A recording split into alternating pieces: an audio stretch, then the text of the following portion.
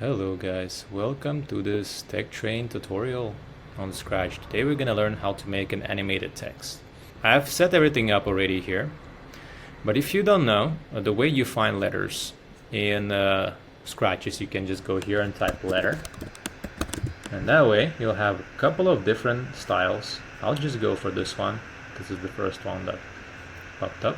Okay, and then the way you add backgrounds as usual, you click here and then you can select any one you want. I selected this one, just kind of feels right. Alright, we'll start with letter G. Alright, letter G. So we'll start with the usual. We'll take this block and the green flag is clicked. What we wanted to do is we wanted to start here. So I'm gonna put this block here. This block takes the current location of the letter, see, and it's just gonna put it there in that location. Okay, next thing we want to do is we want it to glide into random position here. Let's do 2 seconds so it's going to be smoother. And then we also want it to move back here as well. Let me just move this one out. So we'll take 2 of these here and then here. Right? Nah,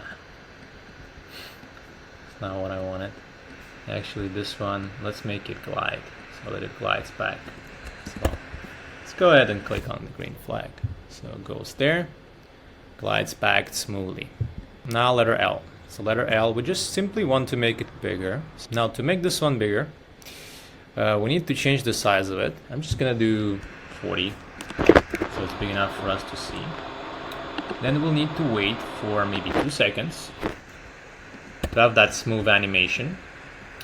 And then we'll make it smaller again. So we'll do -40. Click green flag. Whoop. Up. There we go. Now letter E next. Letter E is gonna be rotating.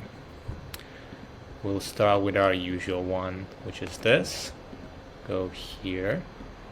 Move 180 degrees. Once again, for it to be properly animated, we'll do 2 seconds.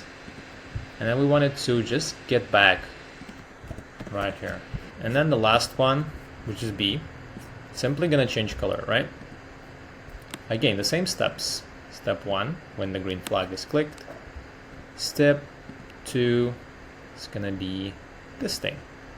Change effects, and then we can do anything we want. We can do 50.